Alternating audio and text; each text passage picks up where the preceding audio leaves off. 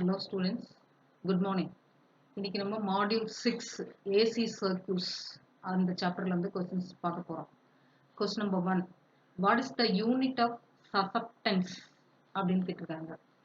Susceptance அப்படின்னா இப்போ நம்ம வந்து series circuitல reactanceன்னு ஒன்று படிச்சிருப்போம். XC capacitive reactance, XL inductive reactance. அது total வேணும்னா XL difference XC. அது வந்து ரியாக்டன்ஸ் அப்படின்னு சொல்லுவோம்ல, அந்த ரியாக்டன்ஸோட தலைகீழி தான் சசப்டன்ஸ். 1 by reactance is nothing but susceptance. Reactance நம்ம எந்த அலகுல சொல்லுவோம்? ஓம்ல சொல்லுவோம். அப்ப சசப்டன்ஸோட அலகு ஓம்க்கு அப்படியே ஆப்போசிட் மோ. அப்ப சசப்டன்ஸோட அலகு யூனிட்னு கேட்டிருக்கிறதுனால இங்க மோ தான். இது எதனோட தலைகீழி? ரியாக்டன்ஸோட தலைகீழி. 1 by reactance is equal to susceptance அப்படின்னு ஞாபகம் வச்சுக்கணும். ரியாக்டன்ஸ் வந்து ஓம்ல இருக்கிறதுனால சசப்டன்ஸ் வந்து தலைகீழின்றதுனால மோ. அப்போ இதுக்கு ஆன்சர் வந்து ஏ ஆப்ஷன் மோ, அதுதான் ரைட்டு. அடுத்து, what is the resistance of the inductive coil takes 5 ampere current across 240 volt 58 supply, power factor 0.8 அப்படின்னு கொடுத்துருக்காங்க. ஒரு சர்க்கியூட் கொடுத்தாச்சு, அதனுடைய வோல்டேஜ், கரண்ட், பவர் ஃபேக்டர் எல்லாமே கொடுத்துட்டாங்க. உங்களை வந்து என்ன கேட்குறாங்கன்னா ரெசிஸ்டன்ஸ் வேல்யூவை கண்டுபிடிங்க, ஆர் வேல்யூவை கண்டுபிடிங்க அப்படின்னு சொல்லியிருக்காங்க. இப்போ நமக்கு வந்து 240 volt supply 5 amps current flow ஆகுதுன்னு தெரிஞ்சதுல, அதுல இருந்து நம்ம மொத்த இம்பிடன்ஸ் இசட்டை கண்டுபிடிச்சிக்கலாம். Z is equal to 240 divide by 5 போட்டிங்கன்னா 48 ஓம் இசட் கிடைச்சிரும். பவர் ஃபேக்டருக்கு ஃபார்முலா என்ன? Power factor is equal to R by Z. அப்போ நமக்கு பவர் ஃபேக்டர் 0.8ன்னு தெரியும், இசட் வேல்யூ 48ன்னு தெரியும். அப்போ ஆர் வேல்யூ கண்டுபிடிச்சிடலாம்ல. 0.8 இன்ட்டு 48 மல்டிப்ளை பண்ணீங்கன்னா 42.5 ஓம்னு கிடைக்கும். இதுதான் அந்த சர்க்கியூட்டோட ரெசிஸ்டன்ஸ் வேல்யூ. அடுத்தது மூணாவது question, how the resonance frequency can be increased in an AC circuit அப்படின்னு கேட்டிருக்காங்க. ஒரு AC சர்க்கியூட்ல அது என்ன ரெசனன்ஸ்னா series resonance circuit, RLC series resonance சர்க்கியூட்டோட ரெசனன்ஸ் ஃப்ரீக்வன்சியை எப்படி இன்க்ரீஸ் பண்ணலாம்னு கேட்டிருக்காங்க. சீரிஸ் ரெசனன்ஸ் சர்க்கியூட்னு சொன்னாலே அதுல ஃப்ரீக்வன்சி வந்து கம்மியா இருக்குது, அதிகப்படுத்த போறோம் அப்படின்னு சொல்லிட்டாங்கன்னா அதுல வந்து எக்ஸி வந்து அதிகமா இருக்கு, எக்ஸ்எல் கம்மியா இருக்கு, அதுதான் மீனிங். ஃப்ரீக்வன்சி கம்மியா இருக்கு, ஃப்ரீக்வன்சி அதிகப்படுத்தணும், ரெசனன்ஸ் ஃப்ரீக்வன்சி அதிகப்படுத்தணும் அப்படின்னு சொல்லிட்டாங்கன்னா இப்போ கரண்டா உள்ள இது வந்து எக்ஸி வேல்யூ அதிகமா இருக்கு, capacitive reactance XC is higher then that of XL அப்படிங்கிறது மீனிங். அப்போ எக்ஸி வேல்யூ அதிகமா இருக்குன்னா அதை நம்ம என்ன செய்யணும்? குறைக்கணும். அதை குறைச்சாதான் இந்த ரெசனன்ஸ் ஃப்ரீக்வன்சி அதிகமாகும். இது ரெண்டுத்துக்கும் உள்ளது எதிர் விகிதம். கெப்பாசிட்டன்ஸுக்கும் ரெசனன்ஸ் ஃப்ரீக்வன்சிக்கும் உள்ள ரிலேஷன்ஷிப் பார்த்தீங்கன்னா எதிர் விகிதத்தில் இருக்கும். கெப்பாசிட்டன்ஸ் வேல்யூவை குறைக்கும் போது ஃப்ரீக்வன்சி அதிகமாகும். அதனால இந்த ஆப்ஷன்ல என்ன கொடுத்துருக்காங்க பாருங்க, B option, reducing the capacity value. அப்போ கெப்பாசிட்டிவ் வேல்யூவை என்ன செய்யணும்? கெப்பாசிட்டன்ஸோட வேல்யூவை ரெடியூஸ் பண்ணணும், குறைக்கணும். குறைச்சாதான் அந்த ரெசனன்ஸ் ஃப்ரீக்வன்சியை நம்மளால அதிகப்படுத்த முடியும். நம்ம resonance frequency F is equal to 1 by 2 pi root LC அப்படின்னு ஃபார்முலா படிச்சிருக்கோம். ரூட் எல்சி, சி வந்து எங்க இருக்கு? டினாமினேட்டர்ல இருக்கு. அப்போ கெப்பாசிட்டன்ஸ் குறையும் போது ஃப்ரீக்வன்சி அதிகமாகும், கெப்பாசிட்டன்ஸ் அதிகமாகும் போது ஃப்ரீக்வன்சி குறையும் அப்படிங்கிறத நல்லா ஞாபகம் வச்சுக்கணும். இங்க வந்து அதிகமாக்கணும், ஃப்ரீக்வன்சி அதிகமாக்கணும்னு கேட்குறாங்க, அதனால இப்போ கெப்பாசிட்டன்ஸ் வேல்யூ குறைக்கணும் அப்படின்னு தான் நம்ம ஆன்சர் சொல்லணும். B option right. அடுத்து நாலாவது கொஸ்டின், அவங்க என்ன கொடுத்துருக்காங்கன்னா what is the formula to find the 3 phase reactive power இந்த line voltage VL, current line current IL கொடுத்தாச்சு. ரியாக்டிவ் பவர் அப்படின்னு வந்தாலே கண்ணை மூடிட்டு சைன் தீட்டாங்கிறது ஞாபகம் வரணும். இது 3 phase சர்க்கியூட், அதனால √3 வரணும். 3 phase சர்க்கியூட்ல ரியாக்டிவ் பவர் கண்டுபிடிக்கணும்னா 3 phaseனா √3 இருக்கணும். Current VL IL கொடுத்துருக்கனால VL IL இருக்கணும். அடுத்து ரியாக்டிவ் அப்படிங்கிற வார்த்தை வந்தா அங்க சைன் தீட்டா வரணும் ஃபார்முலால. அப்போ எந்த இதுல கொடுத்துருக்காங்க பாருங்க, சி ஆப்ஷன்ல PR is equal to, PRனா reactive power is equal to √3 VL IL sin theta. நல்லா ஞாபகம் வச்சுங்க, ரியாக்டிவ் பவர்னா சைன் தீட்டா, ஆக்டிவ் பவர்னா காஸ் தீட்டா. ஆக்டிவ் பவர் அப்படிங்கிறது ட்ரூ பவர்னு அர்த்தம். ஆக்டிவ் பவர்ன்றது ட்ரூ பவர், உண்மையான பவர், ஆக்சுவல் பவர் அப்படின்னு அர்த்தம். ஆக்சுவல் பவர்னு வந்தா காஸ் தீட்டா வரணும், ரியாக்டிவ் பவர்னு வந்தா சைன் தீட்டா வரணும். 3 phase சர்க்கியூட்டா இருந்தா √3 வரும், சிங்கிள் ஃபேஸா இருந்தா √3 வராது. அவ்வளவுதான். அடுத்தது அஞ்சாவது question, What is the main cause for below 0.5 lagging power factor in 3-phase system? ஒரு 3-phase systemத்துல power factor வந்து 0.5 விட கம்மியா இருந்துச்சுன்னா அதுக்கு என்ன காரணம்னு கேக்குறாங்க. power factor குறையுதுன்னு சொன்னாலே inductive loadன்னு அர்த்தம். power factor அதிகமா இருந்துச்சுன்னா capacitive load, பவர் ஃபேக்டர் வந்து கம்மியா இருக்குதுன்னா இண்டக்டிவ் லோடு. அப்ப அங்க என்ன செஞ்சிருக்காங்க, reactive power due to the more inductive லோடுன்னு கொடுத்துருக்காங்க பாருங்க, ஆப்ஷன் சி. அதுதான் ரைட்டு. அப்போ ரியாக்டிவ் பவர்னா XL due to the more inductive load. அப்ப இண்டக்டிவ் லோடு அதிகமா இருக்கிறதுனால எக்ஸ்எல் வேல்யூ அதிகமா இருக்குது. எப்பெல்லாம் ஒரு சர்க்கியூட்ல எக்ஸ்எல் வேல்யூ அதிகமாகுதோ அந்த சர்க்கியூட்டோட பவர் ஃபேக்டர் கண்டிப்பா குறையும். அதுவும் இண்டக்டிவ் லோடு ரொம்ப அதிகமாச்சுன்னா 0.5 விட ரொம்ப கீழே போயிடும். நார்மலா சாதாரண இண்டக்ஷன் மோட்டர் யூஸ் பண்ணோம்னா 0.6 அந்த மாதிரி 0.7 அப்படி இருக்கும். நிறைய இண்டக்டிவ் மோட்டார்ஸ் யூஸ் பண்ணாங்கன்னா கண்டிப்பா அது என்ன செய்யும், 0.5 விட குறைஞ்சு வந்துடும். அதுக்கு காரணம் சர்க்கியூட்ல உள்ள எக்ஸ்எல் வேல்யூ அதிகமா இருக்கிறது தான். எக்ஸ்எல் அப்படிங்கிறது inductive reactance, reactive power due to the inductive load. அது வந்து அதிகமானாதான் பவர் ஃபேக்டர் கம்மியாகும். அப்போ சி ஆப்ஷன் தான் ரைட்டு. அடுத்து ஆறாவது question, what is the current in the neutral conductor of the 3-phase unbalanced load? இந்த இடத்துல அன்பேலன்ஸ்டு லோடுங்கிறத நல்லா ஞாபகம் வச்சுங்க. பேலன்ஸ்டு லோடா இருந்துச்சுன்னா நியூட்ரல் வயர்ல கரண்ட் இருக்காது, ஜீரோ தான் இருக்கும். பேலன்ஸ்டு லோடா இருந்ததுன்னா நியூட்ரல் வயர்ல கரண்ட் ஜீரோ. ஆனா இவங்க என்ன கொடுத்துருக்காங்க, 3-phase அன்பேலன்ஸ்டு லோடுன்னு கொடுத்துட்டாங்க. அன்பேலன்ஸ்டு லோடா இருந்துச்சுன்னா கண்டிப்பா நியூட்ரல்ல கரண்ட் இருக்கும். அந்த கரண்ட் எதுக்கு ஈக்குவலண்டா இருக்கும்னா, அந்த 3 லைன் போயிட்டு இருக்குல்ல, அதுல எந்த லைன்ல கரண்ட் கம்மியா போகுதோ அந்த கம்மியான கரண்ட்டுக்கு விட கம்மியா இருக்கும், அவ்வளவுதான். அப்ப அந்த பாயிண்ட் வந்து lesser than the lowest current in any one of the phases. 3 phases-ல எந்த phase-ல lowest current போகுதோ அதை விட லோயர் கரண்ட் தான் நியூட்ரல்ல போகும். அதுதான் அந்த பாயிண்ட் டி ஆப்ஷன்ல கொடுத்திருக்காங்க, lesser than the lowest current in any one of the phases. அப்ப டி ஆப்ஷன் ரைட். அன்பேலன்ஸ்ட் லோட்ல கண்டிப்பா நியூட்ரல்ல கரண்ட் ஃப்ளோ இருக்கும். பேலன்ஸ் லோட்ல நியூட்ரல் கரண்ட் ஜீரோ. அன்பேலன்ஸ் லோட்ல போகக்கூடிய அந்த கரண்ட் ஃப்ளோ வந்து அந்த சர்க்கியூட்ல போகக்கூடிய RYB 3 ஃபேஸ்ல எந்த ஃபேஸ்ல கம்மியான கரண்ட் போகுதோ அந்த கம்மியான கரண்ட்டுக்கு விட குறைவான கரண்ட் தான் இந்த நியூட்ரல்ல போகும் அப்படின்றத நல்லா ஞாபகம் வச்சுக்கணும். அடுத்து ஏழாவது question, calculate the apparent power. Apparent பவர்னாலே தோராயமான பவர் அர்த்தம். மொத்தம் பவர் வந்து true power, apparent power, reactive power, மொத்தம் 3 பவர் இருக்கு. ஒரு ட்ரையாங்கிள் நம்ம கீழே கடைசியா கொடுத்துருப்போம். இந்த இந்த இந்த பேப்பர்லயே கீழே கடைசி டேபிள் பக்கத்துல பாத்தீங்கன்னா கொடுத்துருப்போம். அதுல என்ன கொடுத்துருப்பாங்க, ரியாக்டிவ் பவர், இன்னொன்னு ட்ரூ பவர், இன்னொன்னு அப்பேரண்ட் பவர். ட்ரூ பவர்ன்றது உண்மையான பவர், ஆக்சுவல் பவர். அப்பேரண்ட் பவர்ன்றது தோராயமானது.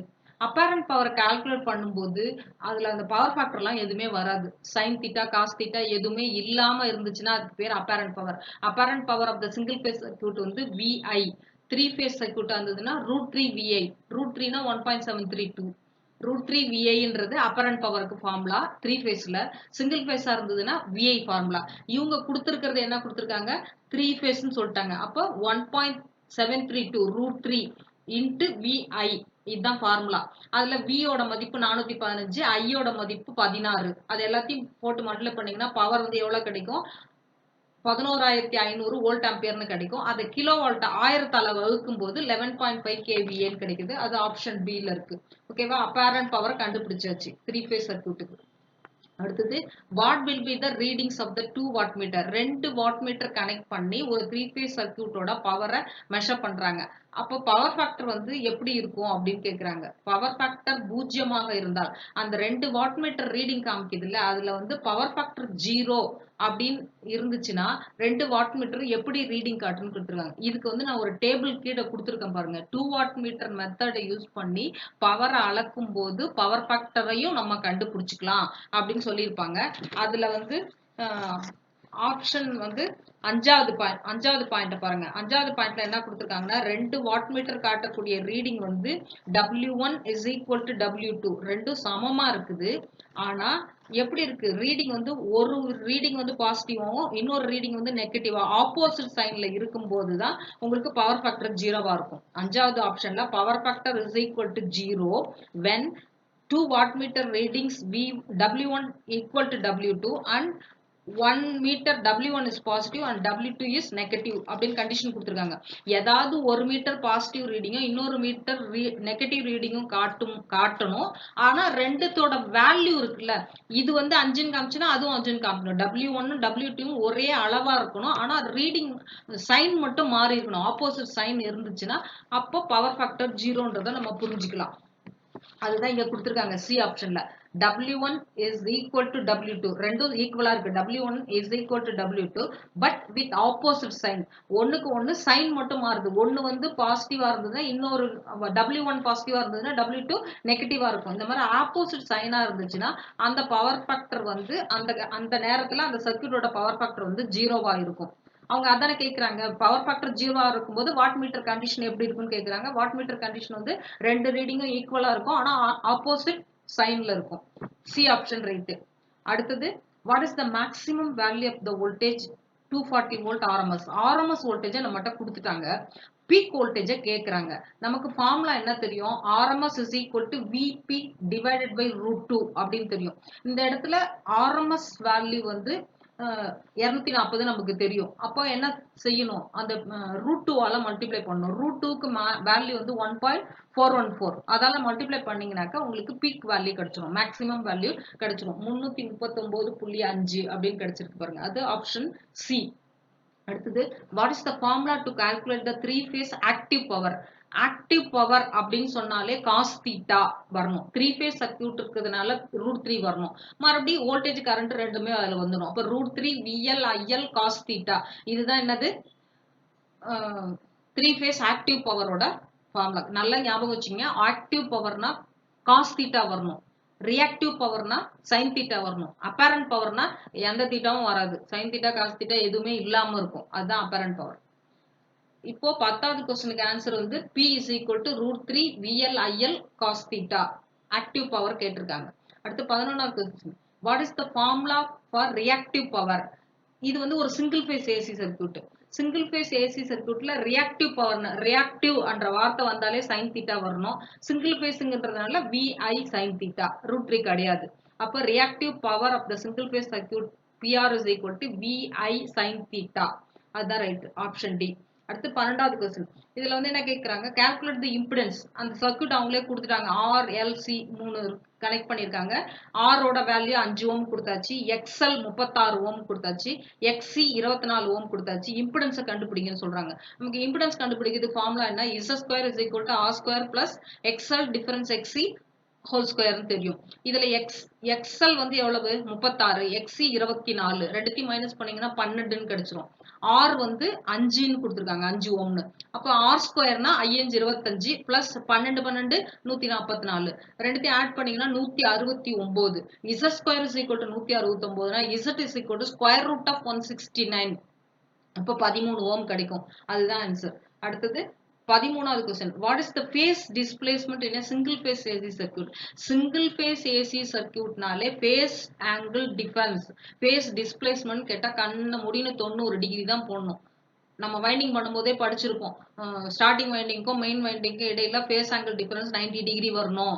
அதே மாதிரி 3 ஃபேஸ் வைண்டிங் பண்ணும்போது ரெண்டு வைண்டிங்க்கு ஒவ்வொரு வைண்டிங்க்கு இன் பிட்வீன் 120 டிகிரி இருக்கணும் அப்படின்னு படிச்சிருக்கோம். அப்போ 3 ஃபேஸ் சர்க்யூட்ல ஃபேஸ் டிஃபரன்ஸ்னு கேட்டா ஃபேஸ் ஆங்கிள் டிஸ்பிளேஸ்மெண்ட்னு கேட்டா 120 டிகிரி.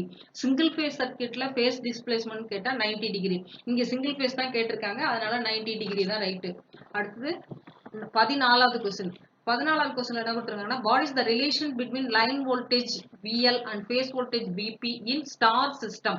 அவங்க ஆப்ஷன் 4 ஆப்ஷன் கொடுத்துட்டாங்க. ஸ்டார் சிஸ்டத்துல கனெக்ட் பண்ணிருக்காங்க. VL VP எப்படி இருக்கும்? அதுக்கு உறவு முறை எப்படி இருக்கும்னு கேக்குறாங்க. நமக்கு நல்லா தெரியும்.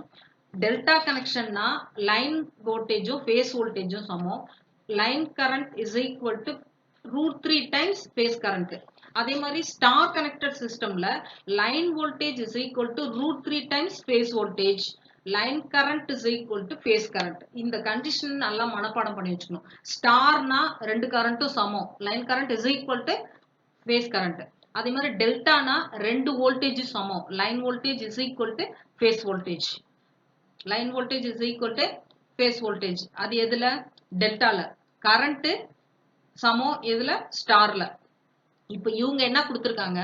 14வது கொஸ்டின்ல ஸ்டார் கனெக்டட் சிஸ்டம்ல வோல்டேஜ் கொடுத்துருக்காங்க. லைன் வோல்டேஜுக்கும் ஃபேஸ் வோல்டேஜுக்கும் உள்ள ரிலேஷன் கேட்குறாங்க. அப்போ VL is equal to √3 V phase. VL is equal to √3 V phase. அது ஆப்ஷன் ஏல இருக்கு. அடுத்து 24வது கொஸ்டின் இதே மாடல்ல வந்ததுனால அதை கொண்டு வந்து இங்க போட்டுட்டேன். 24 என்ன கொடுத்துருக்காங்க பாருங்க. What is the relation between line current and phase current in delta சிஸ்டம்னு கேட்குறாங்க. டெல்டா சிஸ்டம்ல line current IL is equal to √3 times phase current. √3 times phase கரண்ட்னா சி ஆப்ஷன் தான் right. IL is equal to √3 into IP.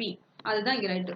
இதை நல்லா மனப்பாடம் பண்ணி வச்சுங்க. டெல்டானா ஃபார்முலா மனப்பாடம் பண்ணுங்க. அதே மாதிரி ஸ்டார்ல ரெண்டுத்துக்கும் ஃபார்முலா மனப்பாடம் பண்ணுங்க. VL IL அது எல்லாத்துக்கும் மனப்பாடம் பண்ணிடுங்க. அடுத்தது 15வது கொஸ்டின். இதுல என்ன கொடுத்துருக்காங்க, calculate the line current. Line கரண்ட்டை கண்டுபிடிங்க. இது வந்து ஒரு 3 phase AC circuit, 415 volt, 50 hertz supply போயிட்டு இருக்கு. Balance load 0.8 power factor, what வந்து 3000 வாட்னு கொடுத்தாச்சு. இப்போ நமக்கு பவர் தெரியும். ஃபார்முலா வந்து 3 phase சர்க்யூட்னு சொல்லிட்டாங்க. அதனால கண்டிப்பா √3 வரணும். 1.732 √3 VL IL பவர் ஃபேக்டர். இதுல வந்து பவர் ஃபேக்டரோட மதிப்பு 0.8, வோல்டேஜ் வந்து 415, 1.732 அந்த √3யோட மதிப்பு, பவரோட மதிப்பு 3000 தெரியும். IL மட்டும் வேணும். IL மட்டும் வச்சுக்கிட்டு இந்த 3000 டிவைடட் பண்ணி இதை எல்லாத்தையும் கொண்டு வந்துட்டீங்கனாலே உங்களுக்கு 5.217 ஆம்ஸ் அப்படின்னு கிடைக்குது. அது வந்து பி ஆப்ஷன்ல கொடுத்துருக்காங்க. அதுதான் ரைட்டு. அடுத்து 16வது question. What is the power factor in a 3 phase power measurement? 2 wattmeter showing equal reading. அந்த 2 வாட்மீட்டர் மெத்தட்ல 2 வாட்மீட்டரும் ஈக்குவல் ரீடிங் காமிக்குது. அப்பனா பவர் ஃபேக்டர் எப்படி இருக்குன்னு கேக்குறாங்க. அந்த டேபிள் கொடுத்தோம்ல கடைசியா ஒரு டேபிள், அதுல ஃபர்ஸ்ட் இது நான் சீரியல் நம்பர் பாருங்க. 2 வாட்மீட்டரும் W1 is equal to W2 ஈக்குவலா இருக்கு. சைனும் பாசிட்டிவா இருந்ததுன்னா பவர் ஃபேக்டர் யூனிட்டி பவர் ஃபேக்டர்னு அர்த்தம். அப்போ ஆப்ஷன் வந்து இப்போ நம்ம எங்க கொடுத்துருக்காங்க, பி ஆப்ஷன்ல பவர் ஃபேக்டர் யூனிட்டி கொடுத்துருக்காங்க பாருங்க, 1ன்னு கொடுத்துருக்காங்கல்ல. அப்ப 2 வாட்மீட்டரும் சமமான ரீடிங் காமிக்குது. அதனுடைய சைனும் ஈக்குவலா இருக்குன்னு அர்த்தம். பாசிட்டிவா இருந்துச்சுன்னா பவர் ஃபேக்டர் யூனிட்டி அப்படின்னு அர்த்தம். அடுத்து 17வது question. Calculate the power factor of the coil. கண்டுபிடிங்கன்னு சொல்லிட்டாங்க. பவர் ஃபேக்டர் நீங்களே கண்டுபிடிங்கன்னு சொல்லிட்டாங்க. மற்றபடி ரெசிஸ்டன்ஸ் வந்து 24 ஓம் கொடுத்துருக்காங்க. சப்ளை வந்து 240 வோல்ட், 5 ஆம்ஸ் கரண்ட். அப்போ இசட் வேல்யூ கண்டுபிடிச்சிடலாம். வோல்டேஜ் தெரியும், கரண்ட் தெரியும். V/I பண்ணீங்கன்னா இசட் 48 ஓம் கிடைச்சிருச்சு. ரெசிஸ்டன்ஸ் 24ன்னு கொடுத்துட்டாங்க. அப்போ பவர் ஃபேக்டர் ஃபார்முலா வந்து R/Z. R வந்து 24, Z வந்து 48. அப்போ 1/2ன்னு கிடைக்கும். அதை 0.5ன்னு அர்த்தம். அப்போ பவர் ஃபேக்டர் அந்த சர்க்யூட்டோட பவர் ஃபேக்டர் 0.5ன்னு கண்டுபிடிச்சாச்சு. அடுத்தது 18வது question. What is the formula to calculate the impedance? Impedance கண்டுபிடிக்கிறதுக்கு ஃபார்முலா என்ன? அதுல வந்து என்ன கொடுத்துருக்காங்கன்னா, inductive reactance is less than the capacitive reactance. Capacitive reactance XC அதிகமா இருக்குது, XL கம்மியா இருக்குது. அப்போ இம்பிடன்ஸ் கண்டுபிடிக்கிறதுக்கு ஃபார்முலா என்னன்னு கேக்குறாங்க. அப்போ இந்த 4வது ஆப்ஷன் பாருங்க, Z is equal to XC minus XL whole square இருக்கு பாருங்க. அதாவது Z is equal to square root of R square plus XC minus XL. XC ல இருந்து XL ல மைனஸ் பண்ணிட்டு அதுக்கப்புறம் ஸ்கொயர் பண்ணணும். D option right. அடுத்து calculate the power factor of the RLC circuit having resistance. RLC சர்க்யூட்டோட resistance value கொடுத்தாச்சு, 15ன்னு கொடுத்தாச்சு. அதுக்கப்புறம் ரியாக்டன்ஸ் எவ்வளவு தெரியும், 20 ஓம்னு தெரியும். இப்போ நம்மள என்ன கண்டுபிடிக்க சொல்றாங்க, பவர் ஃபேக்டர் கண்டுபிடிக்க சொல்றாங்க. நமக்கு ஃபார்முலா என்ன தெரியும், R square plus XL square. இது 15 ஸ்கொயர், அது 20 ஸ்கொயர். ரெண்டுத்தையும் ஆட் பண்ணீங்கன்னா 15 15 225, 20 20 400னா 625 வந்து Z ஸ்கொயர் தெரியும். அது இப்போ Z வேணும்னா ஸ்கொயர் ரூட் எடுக்கணும். 25ன்னு கண்டுபிடிச்சாச்சு. Power factor is equal to R/Z. R வந்து 15, Z வந்து 25. அதுல இருந்து கண்டுபிடிச்சீங்கன்னா 0.6 கிடைக்குது. அப்போ பவர் ஃபேக்டர் 0.6. அடுத்து 20வது question. Calculate the value of the admittance. Admittance கண்டுபிடிக்க சொல்றாங்க. அட்மிடன்ஸ் அப்படின்றது என்னன்னா இம்பிடன்ஸோட தலைகீழ். 1/Z is nothing but admittance. Y is equal to 1/Z அப்படின்னா அது Yங்கிறது அட்மிடன்ஸ். அது வந்து இம்பிடன்ஸோட தலைகீழ். Y is equal to 1/Z, அதுதான் ஃபார்முலா. நமக்கு Z கண்டுபிடிக்கிறதுக்கு இவங்க 240 வோல்ட் 8 ஆம்பியர் கரண்ட் கொடுத்துருக்காங்க. அதுல இருந்து கண்டுபிடிச்சிருங்க. Z is equal to 240 divided by 8 போட்டீங்கன்னா 30ன்னு கிடைச்சிரும். Z தெரியும். Y வேணும்னா 1/30, 1/30 தான். 1/30 பண்ணீங்கன்னா 0.033 கிடைக்கும். இம்பிடன்ஸோட யூனிட் வந்து ஓம், அட்மிடன்ஸோட யூனிட் வந்து மோ. அதனால மோன்னு நம்ம போட்டுக்கணும். 0.033 மோ அப்படின்னு போட்டாச்சு. அடுத்தது what is the formula to calculate the line current? RC parallel சர்க்யூட்ல லைன் கரண்ட் கண்டுபிடிக்கிறதுக்கு ஃபார்முலா என்னன்னு கேக்குறாங்க. இது வந்து டி ஆப்ஷன் தான் right. IL is equal to square root of IR square plus IC square. ஏன்னா இது வந்து R and C parallel கொடுத்துருக்காங்க. ஒன்னு ரெசிஸ்டிவ் கரண்ட், இன்னொன்னு கெப்பாசிட்டிவ் கரண்ட். IRங்கிறது ரெசிஸ்டிவ் கரண்ட், இன்னொன்னு கெப்பாசிட்டிவ் கரண்ட். இது ரெண்டுத்தையும் நம்ம ஆட் பண்ணி தான் IL கண்டுபிடிப்போம். அப்போ டி ஆப்ஷன் தான் ரைட். அடுத்தது how the low power factor can be improved. ஒரு ஏசி சர்க்யூட்ல பவர் ஃபேக்டர் கம்மியா இருக்கு, அதை எப்படி அதிகப்படுத்தலாம்னு கேக்குறாங்க. பவர் ஃபேக்டரை அதிகப்படுத்தணும்னாலே கெப்பாசிட்டர்ஸை அந்த லைனுக்கு பேரலா இணைக்கணும். எனர்ஜி மீட்டர்ல இருந்து லைன் வருது இல்ல, அந்த லைனுக்கு பேரலல்ல கெப்பாசிட்டரை நம்ம கனெக்ஷன் பண்ணா அந்த சர்க்யூட்டோட பவர் ஃபேக்டர் என்ன ஆகும்? அதிகமாகும். அப்போ ஆப்ஷன் டி அதான் ரைட். இந்த டேபிள் ஒன்று கொடுத்துருக்கோம்ல, அந்த டேபிள்ல உள்ளதை மனப்பாடம் பண்ணிடுங்க. இப்ப இந்த டேபிள்ல இருந்து நம்ம 2 தான் பார்த்திருக்கோம், 1ஆவதும் 5ஆவதும் தான் யூஸ் பண்ணிருக்கோம். அப்ப 2, 3, 4லாம் இப்ப நாளைக்கு வர்ற கொஸ்டின்ல வரப்போகுது. அதனால இந்த கண்டிஷன்ஸ் வந்து நல்லா தரவா மனப்பாடம் பண்ணி வச்சுங்க. What meter 2 watt metre method use பண்ணி பவரை மெஷர் பண்ணும்போது அந்த ரீடிங்கை பொறுத்து பவர் ஃபேக்டர் இப்படி இருக்கலாம் அப்படின்னு சொல்லி அசம்ஷன்ல நம்ம பவர் ஃபேக்டரை கண்டுபிடிக்கலாம். அதை கண்டுபிடிக்கிறதுக்கு தான் இந்த டேபிள் பயன்படுது. இந்த டேபிள்ல என்ன சொல்லியிருக்காங்கன்னா, 2 வாட் மீட்டரும் ஈக்குவல் ரீடிங் காமிக்குது, சைனும் பாசிட்டிவா இருந்துச்சுன்னா பவர் ஃபேக்டர் யூனிட்டியா இருக்கும். அதே மாதிரி 2 வாட் மீட்டரும் W1 W2 ஈக்குவலா இருக்கு, ஆனா ஒரு மீட்டரோட சைன் வந்து இன்னொரு மீட்டருக்கு ஆப்போசிட்டா இருக்கு. ஒன்னு பாசிட்டிவ்ல இருக்கு, ஒன்னு நெகட்டிவ்ல இருக்குதுன்னா பவர் ஃபேக்டர் 0ன்னு அர்த்தம். அதே மாதிரி மற்ற 3 கண்டிஷனுக்கும் மீனிங் நீங்க புரிஞ்சு வச்சீங்க. அது நாளைக்கு வரும்போது நான் சொல்றேன். இதோட வந்து இன்னைய இந்த ஏசி சர்க்யூட்ல மொத்தம் 45 கொஸ்டின் இருக்கு. நம்ம இன்னைக்கு 22 கொஸ்டின் பார்த்திருக்கோம். மீதி ரிமைனிங் கொஸ்டின்ஸை நாளைக்கு பார்க்கலாம்.